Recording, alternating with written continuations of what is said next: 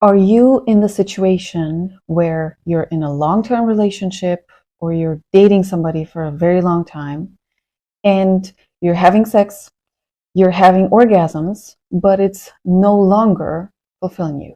We're going to look at this situation, first of all, at some roots potentially, and then some solutions. Why do I say some? Because the biggest caveat here is that every couple and every individual have their particularities. In order to best assess your case, you need to look at your case individually. So that would be what? An individual session or a couples therapy session or coaching session. So that needs to happen. And please, when you listen to this video, always remember your particular case might not fall exactly into the causes, first of all, that I present here, and then the solutions. For those of you that don't know me, my name is Liana. I'm a holistic intimacy coach, certified as a sexological body worker, and certified as a rebirthing breathwork practitioner. Now, in my work, which I've been doing it for 7 years already, I have seen individuals and couples with various challenges around their sexual life, performance, expression, communication around sexuality and intimacy. And I can safely say that some things are common, but no situation is identical.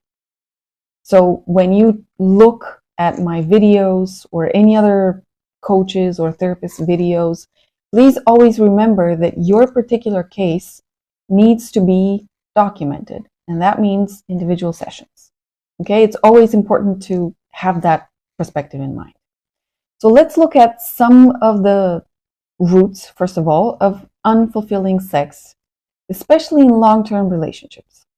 Number one, fatigue or a consumption lifestyle. Please, when you hear this, always remember, I'm not judging or putting a blame on anybody.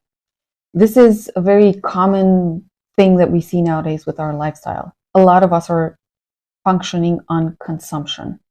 We overwork ourselves. Even the way we entertain ourselves is not necessarily relaxing or recharging. A lot of our distractions or fun activities actually consume energy from us. And that leads overall, for the long run, to what? Consume ourselves and become more and more fatigued. So if that is your case, so you're going through fatigue, the only recommendation that I have here, which is of common sense, obviously, is to sit down and thoroughly think at overall what your lifestyle looks like, so what your daily activities look like, and where you could reduce something and thus leave more time for rest and rejuvenation, sleep sometimes, okay, better quality sleep. This one, it might seem too simplistic, but this one is the like baseline, a foundational thing. A lot of people are underslept, not under effed, underslept. You need to sleep. You need to restore and recharge your batteries. You need to unwind. There's not much you can do, sexually speaking, and in other areas of your life also, with a tired body. Cause number two, a broken bond or connection. This one actually is potentially a direct link to number one, fatigue or being exhausted. And I say this because deep, fulfilling sexual intimacy does require a bit more energy from you, or at least availability to be present. You need to be rested, fresh, in order to be present and sustain more deep, meaningful sexual interactions.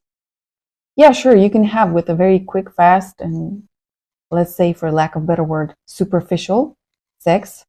You can still have orgasm and you can say that it's satisfying from a physical perspective.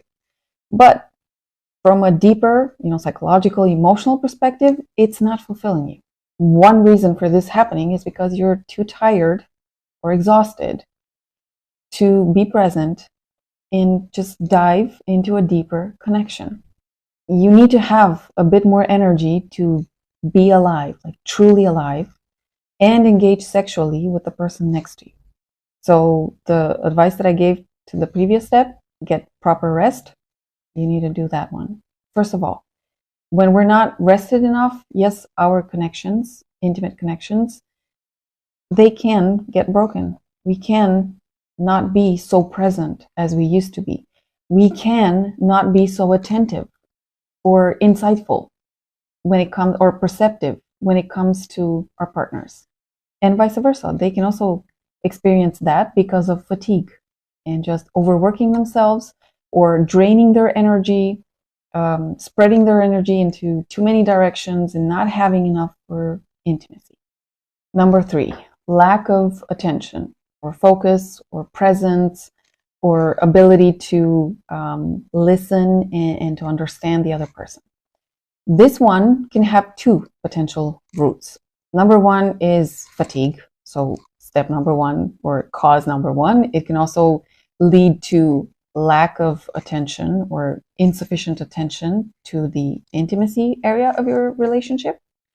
Or there can be another culprit. And this one is the way we engage with technology nowadays. The way we, how do I say this, are able to focus for longer duration of time. This one is a generational issue nowadays. And yes, it does have a root into the way we scroll, like almost obsessively sometimes on our cell phones. And with shorter length videos or materials, that's what it does to us. It considerably shrinks our capacity to focus. You need to focus in order to reach deeper states of arousal, deeper states of pleasure. You need to be present for longer.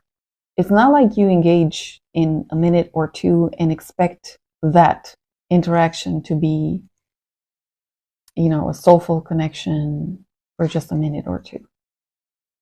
Not even in a discussion can you have that, let alone in sexual intimacy, where you need a bit of time to start to feel all over the body and to open up your heart into the experience. And who knows, maybe to experience expanded states of consciousness. You can do that through sexual intimacy, but it doesn't happen in a minute or 2 or 3. The way to go about it here, work on your focus, work on your capacity to sustain your attention for longer on a certain topic. Try to not have disrupting activities at work or even when you're browsing something, if you can. Or at the same time, you could lower the time you spend on social media. That would be highly beneficial for your sex life, for your intimate relationship, for your overall life, basically. At least that's how I see it. Source or cause number 4, you no longer mean to one another what you used to when you first started out or in the first years of your relationship. This one is a reality of all relationships. The intensity of our emotions, of our sensations, of our hormones reduces itself in time. We're talking years and years. And this sometimes can be for the good, meaning your relationship, your very long-term relationship, evolved into a very good friendship, or you're very affectionate to one another, but the passion simply diminished itself or disappeared completely. It can happen. It's not necessarily a bad thing. It means maybe, at best, your relationship, your passionate sexual relationship, ran its course. And in fact, I'm not sure if you're aware of this, but in Tantra, traditional Tantra, the whole purpose of including sexuality in the spiritual practices is to sublimate it, to reduce its need or drive or search for it, so the lust, and transform it into spiritual growth, perception, step up on a higher level or plane of consciousness. that can also naturally happen in long-term relationships. It's not a bad thing. There are a lot of people that end up being very good friends. They love each other, they respect one another, but they just don't have the sexual magnetism or attraction for one another. That's one of the beautiful ways in which your sexual relationship can transform. Now, in the not so great way, it means that maybe you, by getting to know one another better, you realize that you're not so compatible, that you step on each other's leaves. So basically, you irritate one another with stuff that you do. And out of that friction, not a lot of passion can ignite or rise. So that's also a possibility. That whether it's the good transformation, meaning you consumed the sexual part, or the negative transformation where you step on each other's toes, you get so repelled by one another that you're just no longer passionate. It's a natural occurrence in many relationships. Sometimes there's nothing you can do. Okay, there's nothing that you can transform about yourself, or it just doesn't make sense because you've evolved in different ways, or you simply ran the course of the relationship. That's totally understandable. What can you do there? If that is the case, what I would say here is that you need to do a lot of soul searching and make sure that you are in this situation and that you truly have reached a place where you can no longer ignite passion. Sometimes it's just a blockage. Sometimes it's just a phase. So do not sacrifice a relationship and do not jump to a conclusion superficially, especially with long-term relationships. The whole time that you've spent together should be respected. And out of respect for that whole time that you've spent together and all the stuff that you've learned and the ways in which you've grown, you would best assess it really, really thoroughly and take a lot of time before you decide here.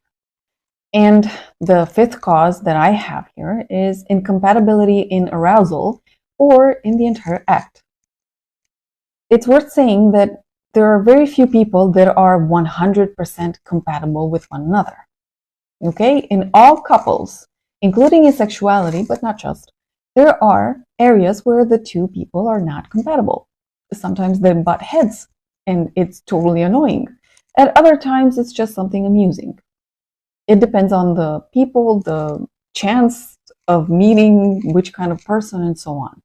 So this one is also very human-like and very common.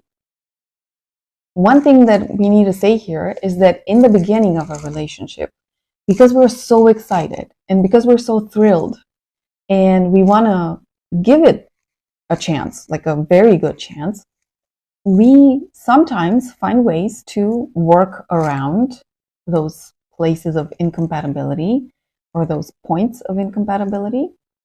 And that also is the case for sexuality. And from my perspective, that is a very understandable way of approaching relationships. We want to give in a few of our stuff in order to find common ground with the other person. That's what relationships are about sometimes. Compromising, but in a constructive way. Another thing that can happen over long periods of time of spending in a relationship and being intimate with one another is that we're no longer so excited or so thrilled, and therefore we're no longer so willing to give in some of our stuff or compromise in a very constructive way here. We're no longer available to find common ground. And that's when some of our incompatibilities can become more and more obvious and sometimes very frustrating. That's normal, okay? Human beings have that. The solutions that I see here are actually going to a specialist. Before you, again, decide on what to do in a long-term relationship, I would say seek a therapist, seek a coach, seek more, get more opinions, get more insights. Do not give up a relationship because you have incompatibilities. There are many couples out there who are successfully living out their relationships, even though they have points of tension, incompatibilities, even though sometimes they're not turned on by one another.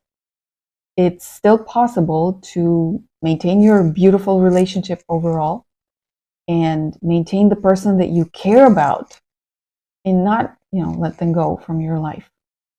This one, first of all, means that you have how do I say this? A perspective for the long run, and a perspective that is supportive to your relationship because it's worth it. How can I help other than with this video here? Well, there's only one other way in which I can definitely help in this situation. Coaching, individual coaching. If you've got the time and the money, you can check out my link for one-on-one coaching, and that's an investment that you can take for yourself. If it's a long-term relationship, and if it's something that is really important to you, I feel that you will find a way to get to at least one coaching session, not necessarily more. That's also an option. It's not described there. You can reach out to me and we can figure out a way also if all you can do is take one session. And you can get a deeper look and a third party look. Third party, not as an intervention, because I'm not going to butt in your relationship. I'm there to give an objective perspective from a sexuality coaching perspective also.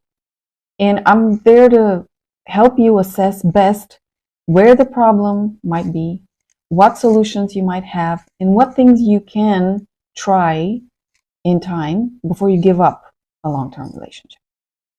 So that's the best way in which I can help here, coaching.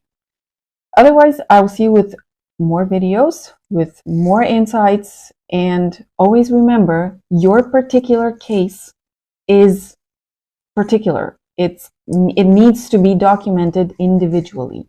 So never ever take the videos that you see here, whether on my channel, on other channels, as 100% applicable to you. There is this caveat that everybody should put out there, but got to be said here. So I'll see you with other videos, and I wish you a beautiful, beautiful, intimate relationship.